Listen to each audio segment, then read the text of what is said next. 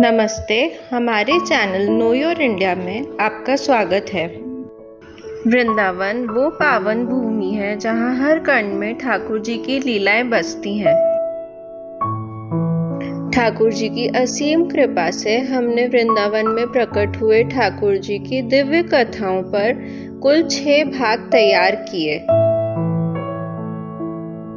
ठाकुर जी की ये कथाएं अब अपने अंतिम पड़ाव पर है। इस अंतिम भाग में हम श्री जुगल किशोर ठाकुर जी की प्रकट कथा जानेंगे।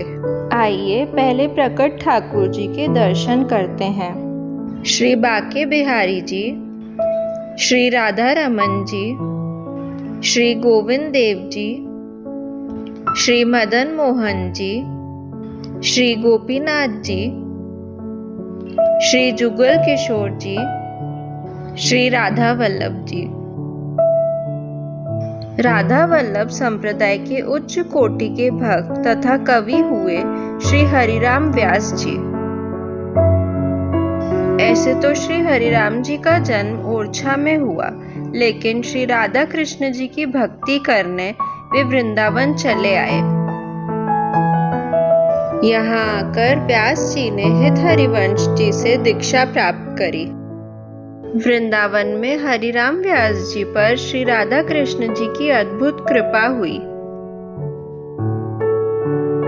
ठाकुर जी स्वयं श्री हरिराम व्यास जी के सपने में प्रकट हुए और ठाकुर जी ने व्यास जी को उन्हें कुएं से बाहर निकालने के लिए कहा। ठाकुर जी के कथन अनुसार जब व्यास जी वृंदावन के किशोर वन नामक स्थान पर स्थित कुएं के पास पहुंचे, उन्हें कुएं में से ठाकुर जी की विग्रह प्राप्त हुई। ये वृंदावन के पहले ऐसे ठाकुर जी थे जो श्री राधा रानी जी के साथ प्रकट हुए। श्री राधा रानी जी के साथ ठाकुर जी के जुगल रूप को श्री जुगल किशोर ठाकुर जी के नाम से जाना गया।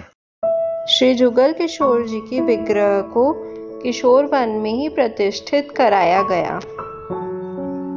कुछ समय बाद ओरछा के राजा मधुकर शाह ने किशोर वन के पास में ही मंदिर का निर्माण करवाया। अनेकों वर्ष तक भगवान इसी स्थान पर विराजमान रहे।